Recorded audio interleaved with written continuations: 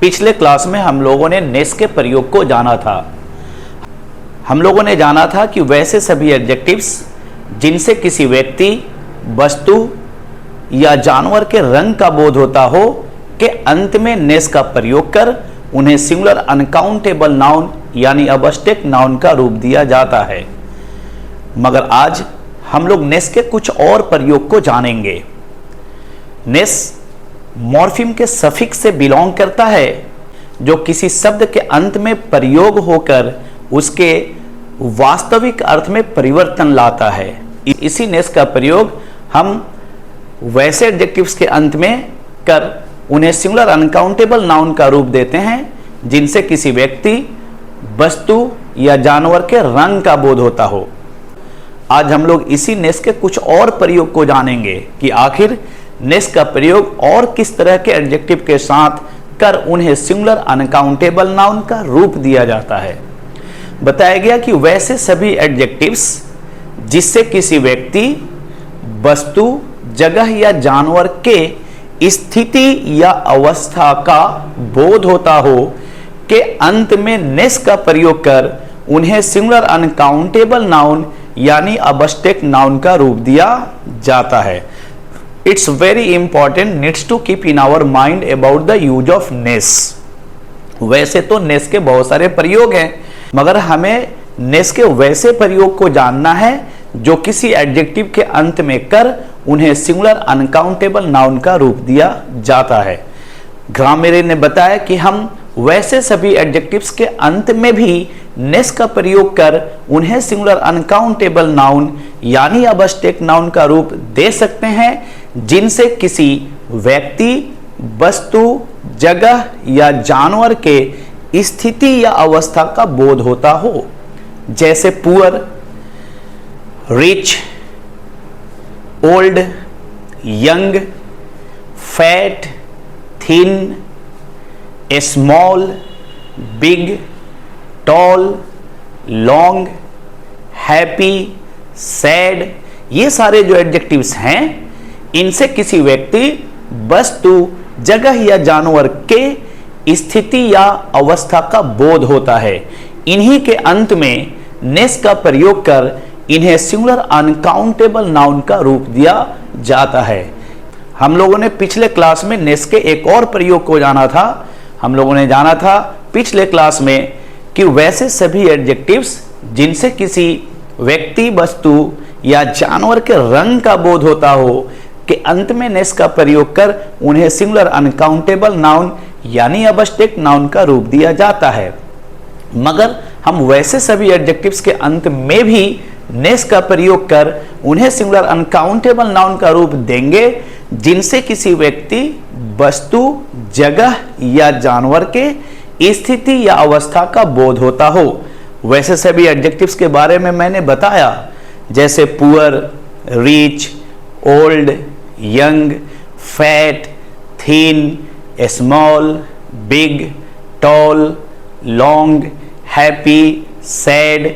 ये सारे जो एडजेक्टिव्स हैं इन सारे एडजेक्टिव्स से किसी व्यक्ति, वस्तु, जगह या जानवर के स्थिति या अवस्था का बोध होता है। ये सारे एडजेक्टिव्स एडजेक्टिव ऑफ क्वालिटी से बिलोंग करता है। इन सभी के अंत में नेस का प्रयोग कर हम इन्हें सिंगुलर अनकाउंटेबल नाउन यानी अबस्टेक नाउन का रूप दे सकते हैं। Learning this one is very very compulsory because we are learner of English. While talking with someone, suppose we need to use an adjective as uncountable noun, then with the help of nes we can change those adjectives into uncountable noun which shows the color of someone, which shows the situation of someone, which shows the condition of someone. That's why it's very important that we have to keep in our mind about changing the adjectives, that how can we change an adjective into similar uncountable noun. That's so important that we have to know about the use of nes also. That after all, how can we use nes end of an adjective, and end of what type of adjective we need to use nes for changing into uncountable noun. It was said before you by grammarian that nes is very important part of morpheme which is used end of a word for changing its real meaning. That's why we have to also know about the use of ness. बताया कि वैसे सभी adjectives जिनसे किसी व्यक्ति, वस्तु, जगह या जानवर के स्थिति या अवस्था का बोध होता हो के अंत में नेस का प्रयोग कर हम उन्हें सिंगुलर अनकाउंटेबल नाउन यानी अबस्टेक नाउन का रूप दे सकते हैं। चलिए थोड़ा बोर्ड पे समझते हैं कि हम कैसे किसी एडजेक्टिव के अंत में नेस का प्रयोग कर उन्हें सिंगुलर अनकाउंटेबल नाउन यानी अबस्टेक नाउन का रूप देते हैं। देखिए, पुअर अपने वास्तविक रूप में, अपने मूल रूप में एक एडजेक्टिव होता है जिसका अर्थ होता है गरीब। मगर जैसे ही आप पुअर के अंत में नेस का प्रयोग करेंगे, पुअरनेस, वैसे ही ये अपना मूल रूप बदल लेगा, वैसे ही इसका वास्तविक अर्थ में भी परिवर्तन आ जाएगा और ये बन जाएगा अनकाउंटेबल नाउन यानी अबस्टेक नाउन और इसका अर्थ हो जाएगा गरीबी।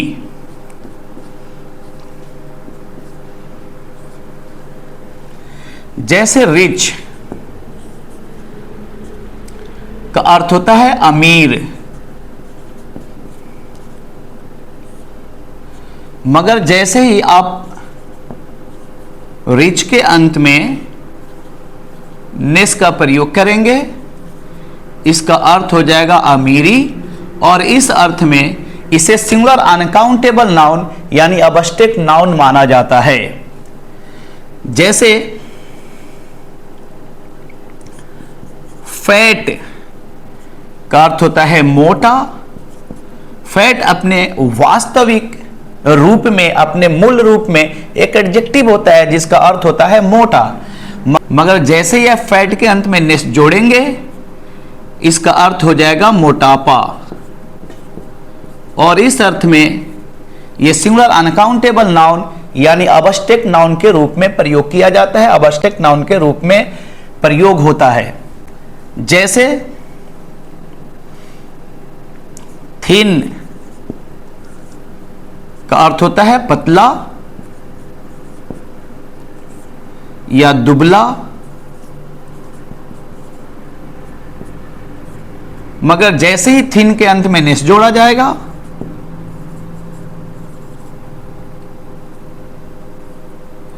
थिन के अंत में नेस जोड़ेंगे, वैसे इसका वास्तविक अर्थ यानी इसका मूल रूप बदल जाएगा और यह अबस्टेक नाउन बन जाएगा। थिननेस का अर्थ हो जाएगा पतलापन।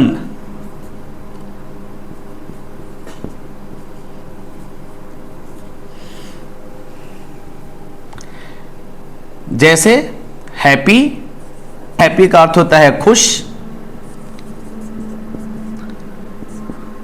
हैप्पी का अर्थ होता है खुश। हैप्पी अपने मूल रूप में एक एडजेक्टिव होता है जिसका अर्थ होता है खुश, मगर जैसे ही हैप्पी में नेस लगाया जाता है, हैप्पीनेस,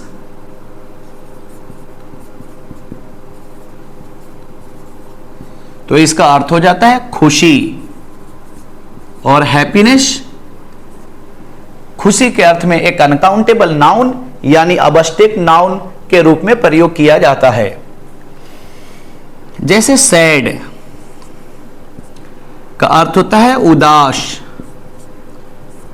सैड अपने मूल रूप में यानी अपने वास्तविक रूप में ये एक एडजेक्टिव होता है, मगर जैसे ही सैड के अंत में नेस का प्रयोग करते हैं, ये एक अनकाउंटेबल नाउन बन जाता है जिसका अर्थ हो जाता है दुखी, उदासी। सैडनेस, उदासी, या फिर आप इसको दुखी भी लिख सकते हैं, इसका अर्थ दुखी भी हो जाएगा। जैसे ओल्ड, ओल्ड का अर्थ होता है बूढ़ा और ओल्ड इस अर्थ में एक एडजेक्टिव होता है। जैसे ही ओल्ड के अंत में नेस जोड़ेंगे, इसका अर्थ हो जाएगा बुढ़ापा, और इस अर्थ में इसे अनकाउंटेबल नाउन यानी अबस्टेक नाउन माना जाता है। जैसे यंग, यंग अपने मूल रूप में एक एडजेक्टिव होता है जिसका अर्थ होता है युवक, जिसका अर्थ होता है युवा।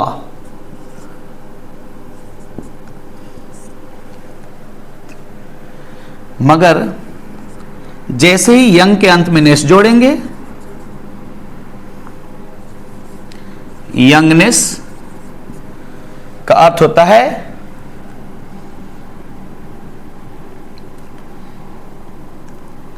युवावस्था,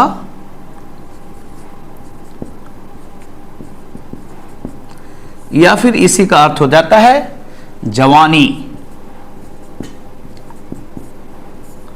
यंग का मतलब युवा या जवान, मगर यंगनेस का अर्थ हो जाता है युवा अवस्था या जवानी। जैसे फिट का अर्थ होता है योग्य,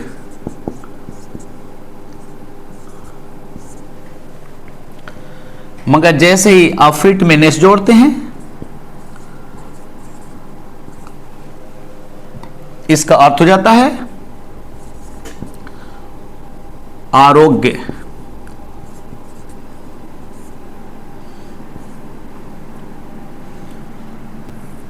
फिट मतलब योग्य, फिटनेस का मतलब आरोग्य। ठीक इसी तरह से वैसे सभी एडजेक्टिव्स जिससे किसी व्यक्ति, वस्तु, जगह या जानवर के स्थिति या अवस्था का बोध होता हो, के अंत में नेस का प्रयोग कर आप उन्हें सिंगुलर अनकाउंटेबल नाउन यानी अबस्टेक नाउन का रूप दे सकते हैं। इसे भी जानना हमारे लिए इंपॉर्टेंट है, महत्वपूर्ण है, because we are learner of English. while talking maybe you need to use adjective as uncountable noun, as an abstract noun. Then if you don't know how can we change an adjective into uncountable noun, then we can get you can get lots of problem to speak this language. And we have decided to learn this language properly. That's why for speaking this language without any problem, we have to learn everything. That's why it's very important that we have to know that how can we use next end of an adjective for changing that adjective into singular uncountable noun. So it's very important that we have to keep in our mind these all type of things. Otherwise we can get many of the problems. And it is not so that we cannot learn. Of course we can learn everything, but desire is very, very important. That's why in anyhow we need to learn this language. You know better about this language, that this is a very important language. Everywhere this language is important. This language is spoken in every corner of the world. That's why we need to learn this language. And for learning this language, learning everything is very, very compulsory. Learning the use of ness also is very, very important. Unless we know the use of ness, we can get a lot of problem while speaking, while changing an adjective into singular uncountable noun. That's why it's very important that we have to learn. And for learning this language, appearing every day in the class, attendance of class, appearance of the class is very, very compulsory. And I hope that we have to appear every day in the class and learn everything and command on this language. And as soon as you will start to speak this language, you can feel very well, you can feel better. That's why learning everything is very, very compulsory, because this age is completely English age, digital age. That's why learning this language is very, very important. That's why it's my humble request with you all that try to appear every day in the class and learn the thing which is being given in the class by me to you. That's why it's important that we have to appear in the class. Thank you for listening and watching me.